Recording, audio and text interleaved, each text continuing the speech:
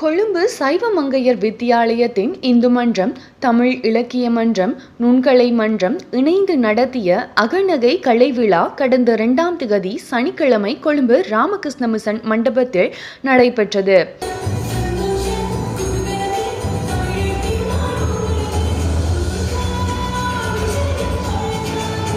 இந்நிகழ்வுக்கு பிரதம விருந்தினராக நாவல இலங்கை திறந்த பல்கலைக்கழகத்தின் முகாமைத்துவ கற்கைகள் பீடத்தின் முன்னாள் ஸ்தாபக பீடாதிபதி முகாமைத்துவ பேராசிரியர் வஸ்தியாம்பிள்ளை சிவலோகதாசன் அவரது பாரியார் சோபா சிவலோகதாசனுடன் வருகை தந்திருந்தார்.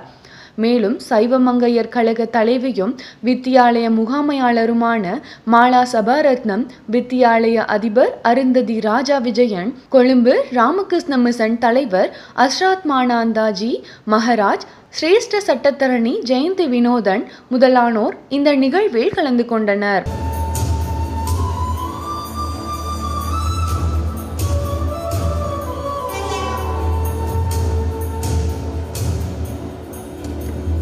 அகம் மலர்ந்த சிரிப்பினையும் உள்ளத்தில் பெரும் மகிழ்வினையும் உண்டாக்கும் விழாவாக இக்கலை விழாவினை இவ்வருடம் சைவமங்கையர் வித்தியாலயம் நடத்தியது.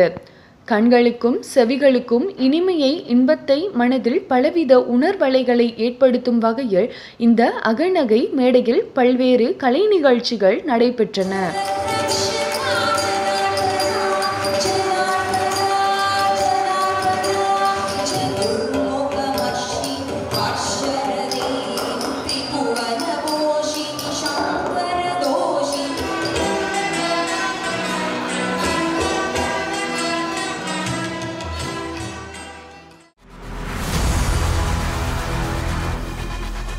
இலங்கையின் முதல் நிலை முதற்கர செய்தி வழங்குனர் வீரகேசரியின் குறுந்தகவல் செய்திகளை உடனுக்குடன் தமிழில் பெற்றுக்கொள்ள டயலாக் வலையமைப்பிலிருந்து REG இடைவெளி வீக்கி என்று பதிவிட்டு 87 960 என்ற எண்ணுக்கு குறுஞ்செய்தி ஒன்றை அனுப்புங்கள். வீரகேசரி செய்தியுடன் இணைந்திருங்கள்.